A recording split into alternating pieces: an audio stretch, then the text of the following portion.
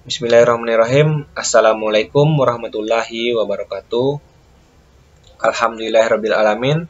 Bersyukur kepada Allah Subhanahu wa taala yang mana hanya berkat beliaulah kita masih diberi kenikmatan dan kesehatan hingga saat sekarang ini dan diberi kemudahan dalam menyelesaikan laporan proyek tugas akhir pada mata kuliah Elektronika Daya. Baik, perkenalkan kami dari kelompok 10 yang beranggotakan yang pertama yaitu Anugrah Dinata, yang kedua Rangga Masnur Pratama, dan Ridwan Fauzi, dan saya sendiri Agus M. Yasir. Kami mendapat judul tugas akhir yaitu inverter 48 volt DC ke 220 volt AC dengan trafo. Dengan dosen pengampu yang terhormat Bapak Andi M. Nur Putra MT.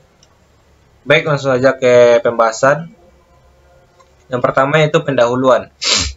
Di zaman modern, perkembangan teknologi semakin cepat. Kebutuhan energi listrik semakin meningkat. Salah satunya perangkat elektronika yang cukup penting diketahui oleh para teknisi kelistrikan adalah inverter. Perangkat yang mampu mengubah arus DC menjadi AC ini memiliki peran penting dalam elektronika. Dalam penggunaan transformator, juga inverter saat ini dapat dikategorikan menjadi dua. Ada yang menggunakan trafo dan ada juga yang tanpa menggunakan trafo. Konsep inverter. Inverter adalah alat mengubah tegangan DC menjadi tegangan AC, di mana keluaran inverter tersebut kita dapat merubah besaran frekuensi dan tegangannya dari bentuk gelombang yang dikeluarkan inverter berupa gelombang yang berbentuk kotak, gelombang sinus, modifikasi, dan gelombang sinusoida. Pada sebuah output inverter mempunyai distorsi harmonisa yang sangat besar. Karena itu, kita harus meminimalkan total distorsi harmonik terhadap harmonik tersebut agar kerja dari inverter tersebut lebih maksimal. Dalam pembuatan laporan ini, dirancang inverter satu fasa dengan input yang diberikan sebesar 48 volt DC dan menghasilkan keluaran 220 volt AC melalui transformator. Fungsi sebuah inverter adalah merubah tegangan input DC menjadi tegangan AC. Tegangan outputnya bisa tertentu dan bisa pula diubah-ubah dengan frekuensi tertentu atau frekuensi yang diubah-ubah. Tegangan output variabel didapat dengan mengubah tegangan input DC dan agar gain inverter konstan. Di sisi lain, apabila tegangan input DC adalah tertentu dan tidak bisa diubah-ubah, bisa didapatkan tegangan output yang variabel dengan mengubah agen dari inverter yang bisa dilakukan dengan kontrol pulse width modulation atau PWM di dalam inverter.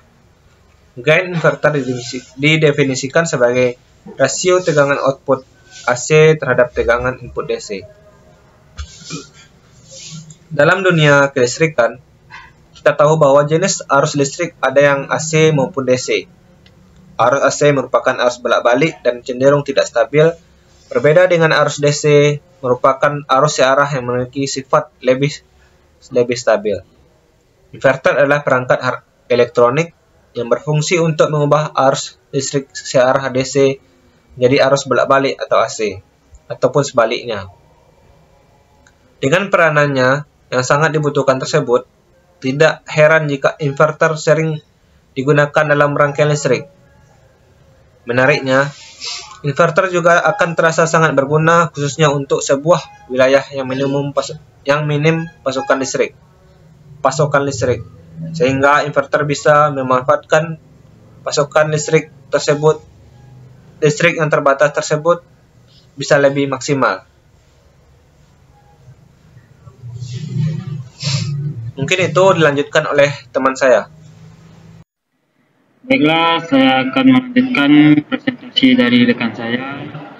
Jadi poin selanjutnya itu penjelasan tentang inverter adalah suatu rangkaian daya yang digunakan untuk mengkonversi atau mengubah tegangan searah, yaitu DC menjadi tegangan bolak-balik AC. Inverter merupakan kebalikan dari konverter adaptor yang memiliki fungsi mengubah tegangan bolak-balik AC menjadi tegangan searah DC. Untuk saat ini terdapat beberapa tipologi inverter, mulai dari inverter yang hanya menghasilkan tegangan bolak-balik saja, push-pulley inverter, sampai dengan inverter yang mampu menghasilkan tegangan murni atau tegangan sinus murni tanpa harmonisasi. Selain itu, inverter juga bisa diklasifikasikan menjadi beberapa bagian berdasarkan fasanya, mulai dari 1 fasa, 3 fasa, sampai dengan multifasa. Next. Nah, berikut ini adalah metodologi, yaitu model rangkaian yang kami buat. Di sini memakai input 48 volt DC. Yang pertama yaitu ada resistor 10K dan transistor DC546 dan dioda Zener. Rangkaian ini berfungsi untuk menurunkan tegangan, di mana fungsi tegangan yang diturunkan itu untuk mensuplai IC 4047 yang kita pakai ini, di mana IC ini hanya bisa bekerja pada tegangan maksimal dari 3 volt sampai 20 volt. Dan untuk mensuplai tegangan ke IC, kita membutuhkan rangkaian yang 3 tadi, yaitu resistor, dioda Zener, dan transistor ini untuk mendapatkan suplai sebesar 9 volt untuk menghidupkan IC. Karena jika IC dimasuki langsung arus sebesar 48 volt, maka IC akan rusak. Jadi kita membutuhkan tegangan sebesar 9 volt untuk mensuplai IC ini. Berikutnya yaitu rangkaian kedua ini, yaitu ada resistor 32K dan kapasitor 220 nano. Rangkaian ini sebenarnya memakai potensiometer sebesar 22K, cuman waktu awal-awal kami mencari frekuensi. Rangkaian ini berfungsi untuk mencari frekuensi, jadi potensiometer itu berfungsi untuk mencari nilai resistansi yang cocok untuk menghasilkan frekuensi sebesar 50 Hz. Jadi setelah dapat frekuensinya 50 Hz, kami mengganti potensiometer tadi menjadi resistor biasa sebesar 32K ohm. Itu adalah nilai yang pas untuk mendapatkan resistansi sebesar 50 Hz. Dan untuk rangkaian ketiga, yaitu ini terdapat 2 buah FET, yaitu yang kami pakai IRF 540. 2 buah FET IRF 540. Di sini ketika tegangan masuk ke IC lalu dikeluarkan dari 10 volt ini, maka akan masuk ke gerbang gate pada FET. Nah, lalu di saat transistor ini akan bekerja di saat dia mendapatkan supply positif, atau di sini di pin 10-11 nanti akan menghasilkan gelombang sinus berbentuk kotak, dan IC yang FET yang pertama akan bekerja di saat tegangannya positif, dan FET kedua akan bekerja di saat dia mendapat supply negatif. Jadi IC-nya bekerja secara bergantian, yaitu pada IC tidak masalah. FET-nya akan bekerja bergantian, di mana ketika FET pertama mendapat supply positif dia akan bekerja, dan ketika dia mendapat supply negatif dia akan mati. Jadi secara bergantian hidupnya, sehingga saat terjadi pergantian pergetaran di FET, kedua FET, maka akan terjadi induksi pada transformator, yang induksi itu nanti akan menghasilkan output sebesar 220 volt pada output transformator. Dan begitu, sekian presentasi dari saya. Selanjutnya kami lanjutkan oleh rekan saya.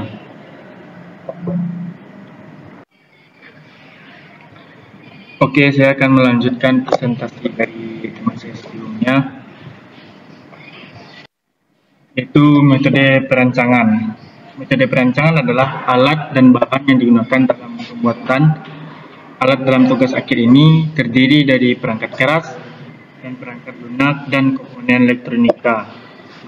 Yaitu yang pertama alatnya adalah resistor 10K, kami memakainya 4 buah, dan resistor 1K kami memakainya 2 buah untuk mendapatkan resistansinya.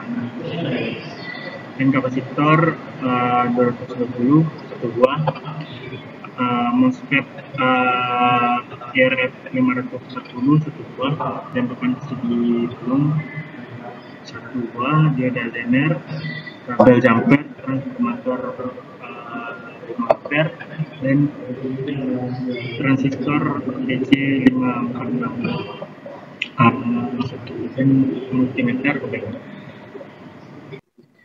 Selanjutnya adalah tahapan penelitian. Penelitian diawali dengan studi laboratorium tentang karakteristik prototipe yang dirancang. Dari hasil studi ini didapatkan rumus tujuan penelitiannya. Kemudian dibuat perencanaan dan perancangan inverter 48 volt DC ke 220 volt AC menggunakan trafo. Langkah selanjutnya yaitu merupakan pembuatan program pada Proteus untuk mensimulasikan bentuk dari rangkaiannya.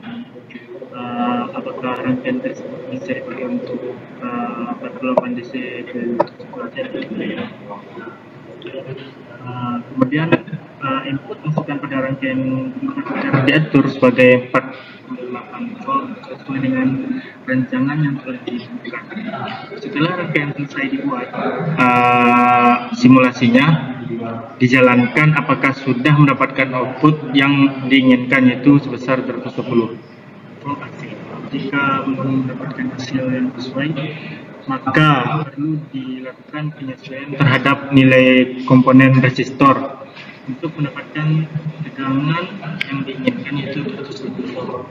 Contohnya untuk menambah resistornya untuk mendapatkan resistansi agar keluarannya bisa didapatkan 220 volt. Selanjutnya dilakukan pengamatan satuan tegangan dan menganalisa hasil. Kemudian diambil kesimpulan dan berdasarkan hasil yang telah diperoleh. Metode pengujian. Untuk pengujian dilakukan dengan menggunakan alat multimeter dan osiloskop. Multimeter ini berfungsi untuk mengecek input dan output dari alat tersebut. Dan osiloskop berfungsi untuk mengukur dan mencari frekuensi tegangannya. Dan ini hasil dari pembahasan kami. Ini adalah bentuk foto dari alat yang kami buat, dan ini di sini dijelaskan bahwa hasilnya keluarannya mendapatkan 220. Selanjutnya akan dilanjutkan oleh teman saya, yaitu Anugrah Dinangta. Baiklah, saya akan melanjutkan presentasi dari teman saya. Dari hasil yang kami dapatkan pada tahapan awal, kami menggunakan potensiometer sebesar 20K untuk bisa mengatur tegangan output pada inverter dan dapat hasil tegangan sebesar 270 volt AC, sehingga tidak cocok dengan hasil yang diinginkan. Maka dari itu kami mengganti potensio tersebut dengan 5 buah resistor yang diserikan menjadi 32K ohm. Dan barulah mendapatkan hasil output yang sesuai, yaitu 220 volt AC. Lanjut ke pembahasan. Untuk membuat inverter yang mengubah tegangan dari 80 volt DC menjadi 220 volt AC dengan menggunakan transformator, Anda akan memerlukan beberapa komponen utama. Pertama, Anda akan memerlukan sebuah inverter DC AC yang dapat mengubah tegangan DC menjadi AC. Kemudian Anda akan memerlukan sebuah transformator step up untuk meningkatkan tegangan dari 80 volt menjadi 220 volt. Setelah itu, Anda dapat menyusun komponen sesuai dengan prinsip dasar elektronika dan menggunakan prinsip transformator untuk meningkatkan tegangan. Lanjutannya, kesimpulannya, inverter adalah salah satu alat yang mengubah arus DC ke AC untuk menyuplai listrik. Jadi alat ini aslinya mempunyai multifungsi, berubah DC ke AC, kemudian mengeluarkan dengan arus 220 kembali. Semua ini dilakukan dengan mengubah potensioner yang terdapat pada inverter tersebut. Selain itu, kita dapat dengan gampang mengubah daya sesuai dengan keinginan kita. Pada rangkaian yang telah kami buat, yang berfungsi untuk mengubah arus DC ke AC adalah komponen yang disebut transistor. Untuk menaikkan tegangan hasil keluaran inverter ini disambungkan ke trafo sehingga menghasilkan keluaran sebesar 220 sekian dari kelompok kami ucapkan terima kasih. Jika ada salah kata tolong dimaafkan. Bila bertaufiq hidayah, sampai jumpa.